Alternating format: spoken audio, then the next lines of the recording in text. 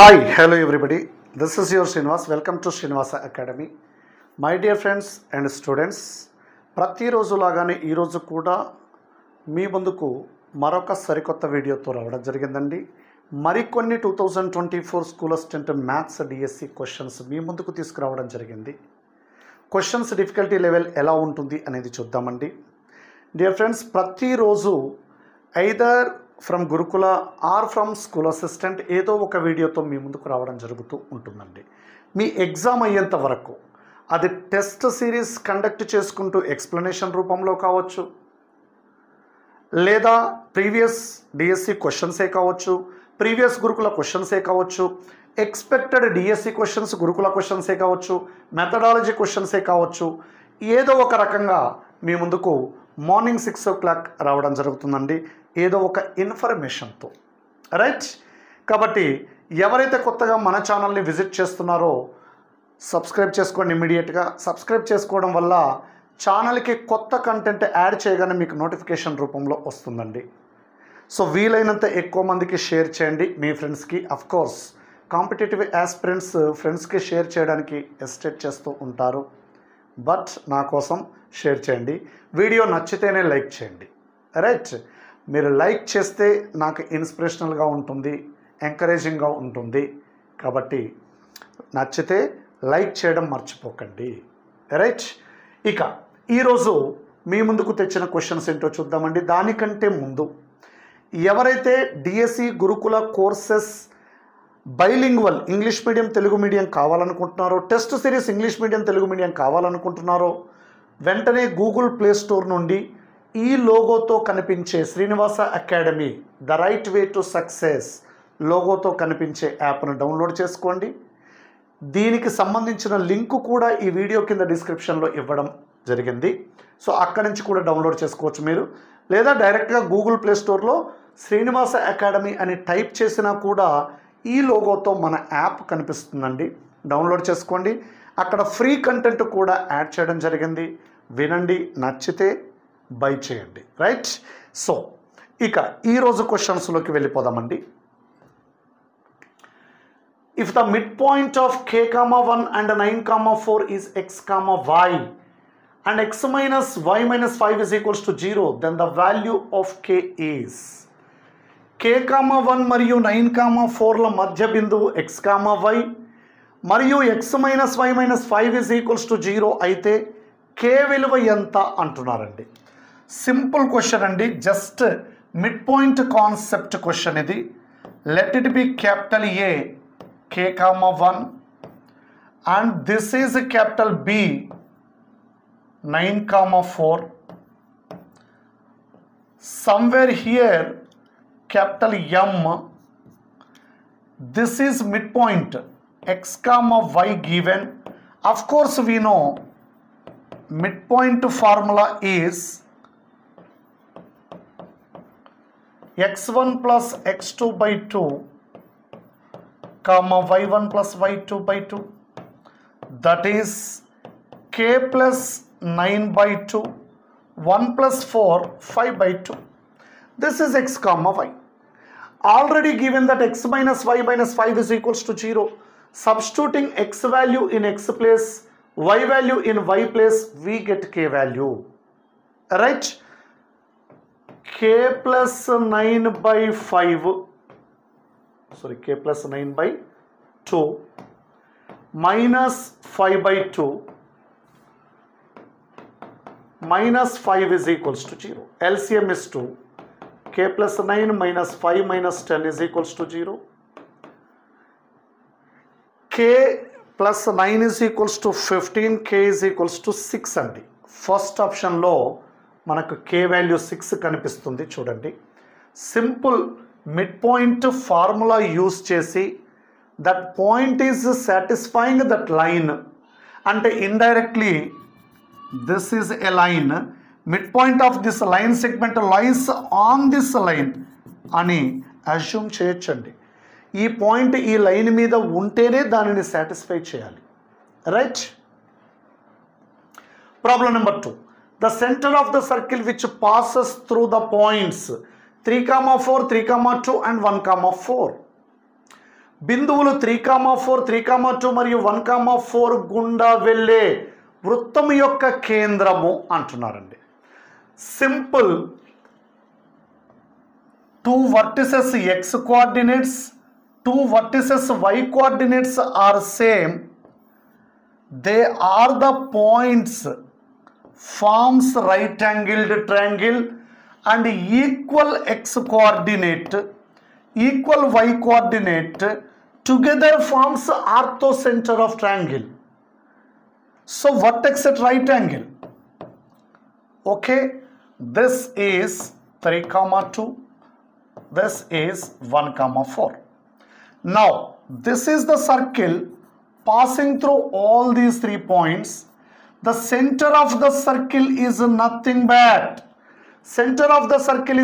but midpoint of the hypotenuse itself. It is called circumcenter. So circumcenter is midpoint of hypotenuse. ఈ పరివృత్తము యొక్క కేంద్రము కర్ణము మధ్య బిందువు అవుతుందండి లంబకోణ త్రిభుజానికి. అదే వృత్త కేంద్రం అవుతుంది. అంటే మధ్య బిందువు కాన్సెప్ట్ మళ్ళీ 3 + 1/2, 2 + 4/2 అండి. 3 + 1/2 అంటే 4/2 2 అవుతుంది. 6/2 అంటే 3 అవుతుంది. 2,3 అండి. 2,3.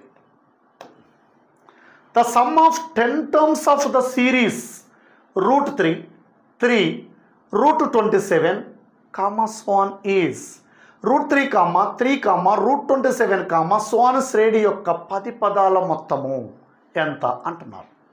చూడండి, √3, 3, 3√3 and so on. This is a geometric progression.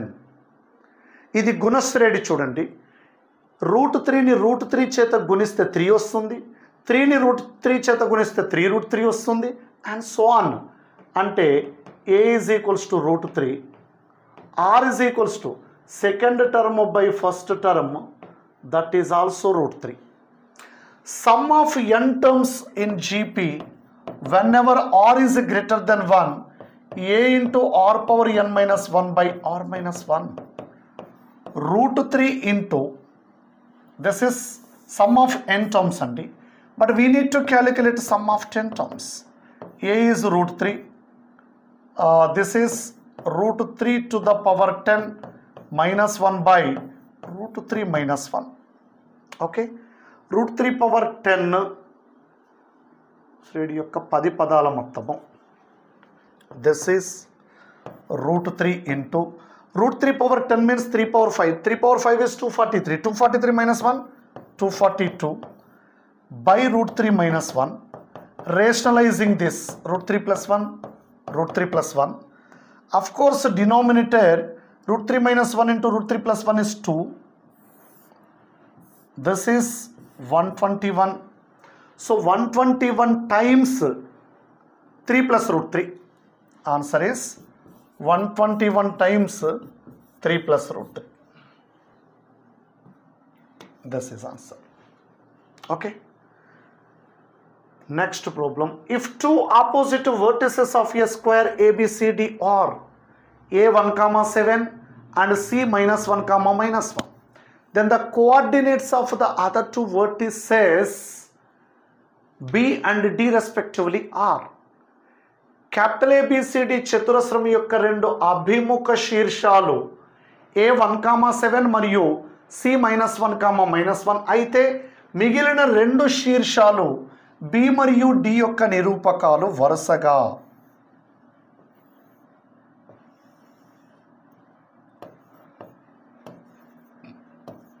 Capital ABCD A given as 1, 7, C given as -1, -1. Okay, ఇప్పుడు BD ఫైండ్ అవుట్ చేయాలండి. వెరీ క్లియర్ AC మధ్య బిందువు BD మధ్య బిందువు ఒక్కటే. సమాంతర చతుర్భుజం యొక్క ప్రధాన ధర్మం అది. ఇది కర్ణాల మధ్య బిందువు అండి. ఆల్రెడీ 1 - 1/2 0, 7 - 1 6/2 3, 0, 3 అండి. మరి B, D అనే ఆప్షన్స్ ఉన్నాయి కదండి మనకు బి కామా డికి సంబంధించి. ఇక్కడ 0,3 మధ్య బిందువు ఎక్కడొస్తుందో చూడండి. -6 + 6 0/2, 4 + 2 6/3, yes 2 - 2 0, 4 + 2 yes, -2 + 2 yes. ఈ రెండు సేమ్ ఆప్షన్స్ ఇచ్చారండి. 4 - 4 0, 2 + 4/2 yes, ఇది కూడా కరెక్టేనండి. మరి ఇలాంటి సందర్భంలో మనం గుర్తుపట్టాలి అంటే ఏ నుండి సికి కర్ణము పొడవు కనుక్కోవాలండి. కర్ణము పొడవు కనుక్కుంటే 1 + 1 2 హోల్ స్క్వేర్, 7 + 1 8 హోల్ స్క్వేర్, √68 రావాలండి. బీడి డిస్టెన్స్ కనుక్కుంటే కూడా ఇంతే రావాలి. ఎందుకంటే చతురస్రంలో కర్ణాల పొడవులు సమానం కాబట్టి. -6 - 6 -12 144, ఇక్కడే 144 అవుతుంది కాబట్టి ఇది కాదండి. 2 + 2 4 స్క్వేర్ అంటే 16, 4 - 2 2 స్క్వేర్ అంటే 4 √20 అవుతుంది, ఇది కాదండి. 4 + 4 8 స్క్వేర్ అంటే 64, 2 - 4 4 అవుతుంది, 68 అవుతుంది. 4th ఆప్షన్ రైట్ ఆన్సర్ అవుతుందండి. సో బీడీ కూడా √68 రావాలి అంటే that happens in only 4th option. Okay, so మనం స్ట్రైట్ లైన్స్ కాన్సెప్ట్లో అయితే దీన్ని డైరెక్ట్గా సాల్వ్ చేయడానికి చాలా మెథడ్స్ ఉన్నాయండి, అలా కూడా చెప్పుకోవచ్చు మనము. రైట్, నెక్స్ట్ అండి.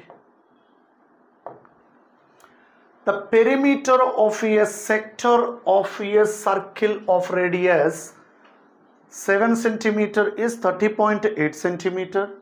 Then the area of that sector is 7 సెంటీమీటర్ల వ్యాసార్థం గల వృత్తం యొక్క ఒక సెక్టార్ చుట్టుకొలత 30.8 సెంటీమీటర్. అప్పుడు ఆ సెక్టర్ వైశాల్యము చూడండి. ఇది ఒక సెక్టర్ అండి, ఇది సెంటర్. ఏబి ఆర్క్ చాపము 7 సెంటీమీటర్, 7 సెంటీమీటర్. ఈ సెక్టర్ పెరిమీటర్ ఇచ్చారు. 7 + 7 + సంథింగ్ ఇది ఎక్స్, ఇక్కడ 14, టోటల్ చేస్తే 30.8 రావాలి అంటే ఇది 16.8, 14 + 16.8, then only we get perimeter is 30.8. So area of the sector is this much. Okay, area of the sector formula half into LR. L is nothing but length of an arc. This is radius. Half into 16.8 into 7. This is 8.4. 7 4s 28, 56, 58.5, 58.8 అండి. అది ఎక్కడ ఉందో చూడండి, first ఆప్షన్లో కనిపిస్తుందండి మనకు. Simple, area of the sector formula ఇది, of LR. This is length of an arc, this is radius of a circle. ఇది చాపము పొడవు, ఇది వృత్త వ్యాసార్థం అండి. రైట్,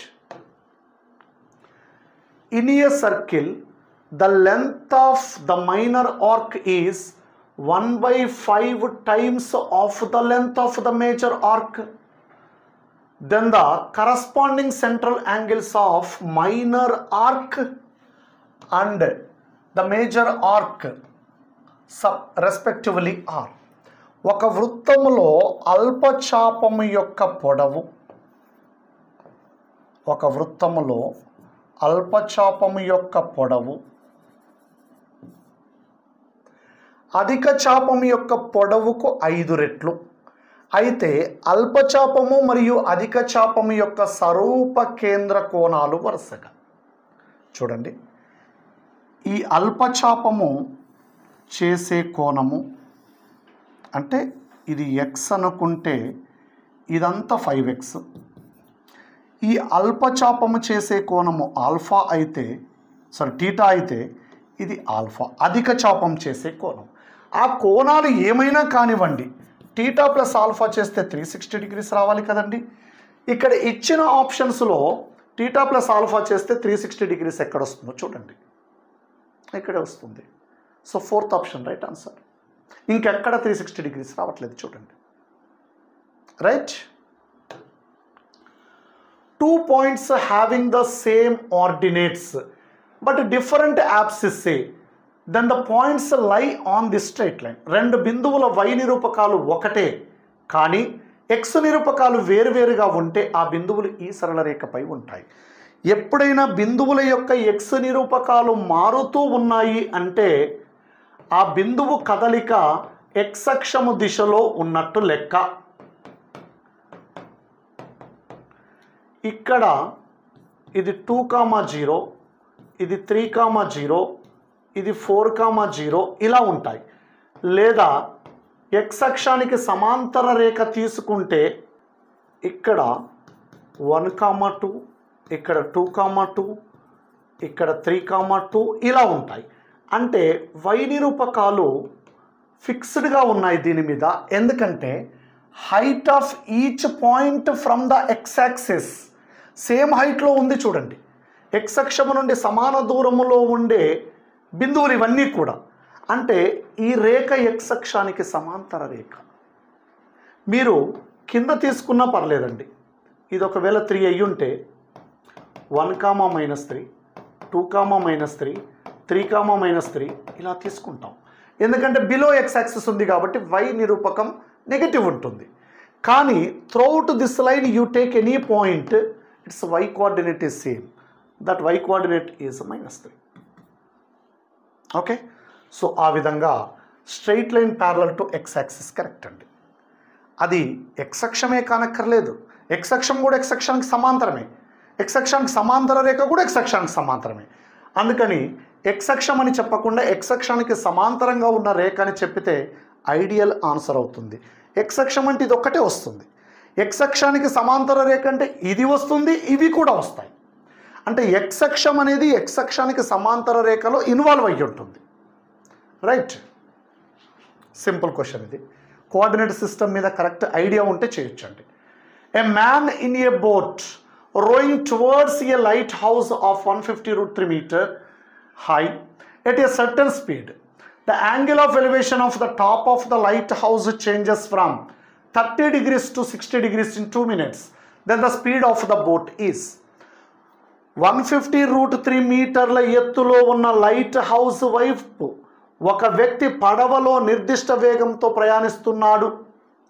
అతడు లైట్ హౌస్ పైభాగాన్ని గమనించగా 30 డిగ్రీల నుండి 60 డిగ్రీల ఊర్ధ్వ కోణానికి మారడానికి 2 నిమిషాలు పడుతుంది. అయితే పడవ వేగం ఎంత? చూడండి, ఇది లైట్ హౌస్, ఇక్కడెక్కడో ఆ పర్సన్ ఉన్నాడు.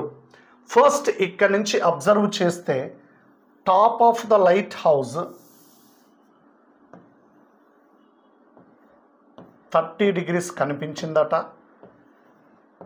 కొద్ది దూరము వచ్చిన తర్వాత మరలా పరిశీలిస్తే 60 degrees పట్టిందట. కాకపోతే ఇక్కడి నుంచి ఇక్కడికి రావడానికి 2 minutes పట్టిందట. అంటే 120 seconds పట్టిందంట. అది డిస్టెన్స్ కాదండి, time. He took 120 seconds to reach from 30 degrees to 60 degrees. However, it is 90 degrees. In this right angled triangle, this is 30 degrees. In this right angled triangle, 30, 90, 120, this will be 60. ఇక్కడ first right angle ట్రయాంగిల్లో చూడండి 30 degrees opposite side X. మన previous వీడియోస్లో దీని short cuts ఉన్నాయండి. 60 degrees opposite side x√3, this is 2x. ఈ larger right angle ట్రయాంగిల్లో ఇదంతా y, 30కి opposite, ఇదంతా y√3, 60కి opposite, ఇది 2y అండి. Now question is to find velocity of speed of the boat is. ఈ బోట్ యొక్క స్పీడ్ ఏంటి అంటున్నాడు. టైం ఇచ్చాడు, డిస్టెన్స్ తెలిస్తే స్పీడ్ కనుక్కోవచ్చండి. రైట్. చూడండి, first of all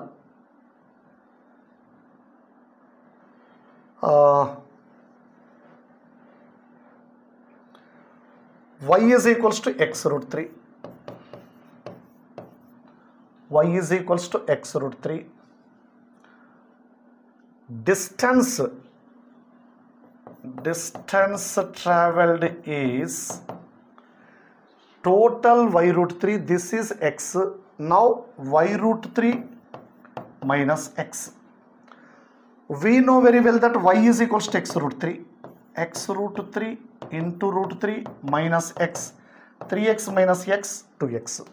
This is distance. Okay. This is distance. For 2x distance, he took how much time? 120 seconds.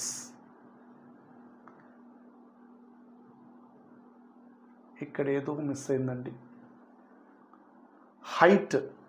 height is 150 root 3 given, I think. Y is equals to x root 3 is equals to 150 root 3.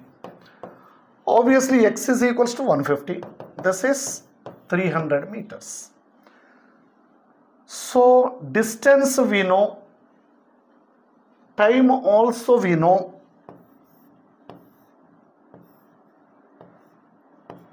dts speed is equals to distance by time. Distance 300 meter, time 120 seconds. 6 5s, 6 2s, or otherwise 2.5 meter per second. So this is speed of the boat. Distance find out చేసామండి. ఇక్కడ already height ఇచ్చారు, height నుంచి X value వస్తుంది. ఈ డిస్టెన్స్కి time ఇచ్చారు. ఈ distance కావాలి అంటే టోటల్ డిస్టెన్స్లో నుంచి ఇది సబ్ట్రాక్ట్ చేయాలి. Total distance is y root 3. This is x. So y value already x root 3 from the above. x root 3 into root 3 minus x, that is 2x. x already 150, 300 meters. That is distance. This is time. Speed distance by time. Simple. వాడు metre per సెకండ్స్లో అడిగాడు కాబట్టి first 2 minutesని నేను సెకండ్స్లోకి convert చేశాను. అది observe చేయాలి మీరు. Raju, Ramu and Ravi bought a lottery ticket and decided to share it in the ratio of 1/4:1/5:1/7 if they win. They won a lottery for an amount to 99,600 rupees. Then the share of Ramu is. రాజు, రాము మరియు రవి ఒక lottery టికెట్ను కొన్నారు మరియు వారు దాన్ని గెలిస్తే 1/4:1/5:1/7 నిష్పత్తిలో పంచుకోవాలని నిర్ణయించుకున్నారు. వారు 99,600 రూపీస్ మొత్తాన్ని లాటరీలో గెలిచారు. అప్పుడు రాము వాటా, Raju is to Ramu is to Ravi is equals to 1/4:1/5:1/7. First, let us make these ratio terms free from radicals. 20 into 7, 140. 140 ante ఇది 35. 140 ante ఇది 28. 140 ante ఇది 20. ఇందులో మనకి ఏం కావాలండి? రాము వాటా కావాలి. రాము వాటా అంటే మిడిల్ పర్సన్ కదా. రాము షేర్ కావాలి అంటే middle term by some of terms 35 + 28 + 20 into profit. 28 by 35, 28, 63, 83 into 99,600 అండి. 83 తోటి క్యాన్సిల్ అవ్వాల్సిందే. ఇది ఇంకా వేరే ఛాన్స్ లేదు. 83 వన్స్ 83, 16 మిగులుతుంది. 83 2s వన్స్ 16 మిగిలితే 166, 83 2s 1200, ending with 2 zeros, 12 8s 96, 24, 33,600 అండి. ఇది రాము వాటా. ఇది పార్ట్నర్షిప్కి రిలేటెడ్ క్వశ్చన్ అండి అర్థమెటిక్లో. The point CX, Y divides the line segment joining the points in the ratio 2:7, then the point CX, Y is. బిందువులు క్యాపిటల్ A -6, 10 మరియు 3, -8లచే ఏర్పడే రేఖాఖండమును 2:7 నిష్పత్తిలో విభజించే బిందువు CX, Y అయితే CX, Y బిందువు నిరూపకాలు. చూడండి, ఇది capital A -6, 10, capital B 3, -8, somewhere here capital C 2:7. mx2 plus nx1 by m plus n కదండి. x1 y1, ఇది x2 y2, ఇదేమో m:n. ఇక్కడ formula mx2 plus nx1 by m plus n, my2 plus ny1 by m plus n, right. mx2 అంటే 6 -42 -36 by 9, 2 into -8 -16 plus 70, 70 minus 16 అంటే 54 by 9, -4, అండి. -4, 6 can be seen in first option just by using section formula. So మీరు గమనిస్తూ ఉన్నారు కదా, questions కొన్నేమో dead ఈజీగా formula బేస్డ్లో ఉంటున్నాయి, కొన్నేమో అసలు ఎలాంటి ఫార్ములాకి దొరకకుండా మీరు కాన్సెప్చువల్గా తరోగా ఉంటేనే చేసేటట్లుగా ఉంటున్నాయి. సో అలాంటి క్వశ్చన్స్ ఒక్క క్వశ్చన్ చేయలేకపోయినా మనము జాబ్కి దూరం అవుతూ ఉంటాము. ఈ క్వశ్చన్స్ మీరు చేస్తారు, అందరూ చేస్తారు. ఆ క్వశ్చన్స్ మీరు మాత్రమే చేయగలగాలి. అంటే నార్మల్గా ప్రిపేర్ అయ్యే వాళ్ళు జస్ట్ ఆ టాపిక్లో ఉండే ఫార్ములాస్ ఇంకా పాత పోకడలోనే ఉంటారండి.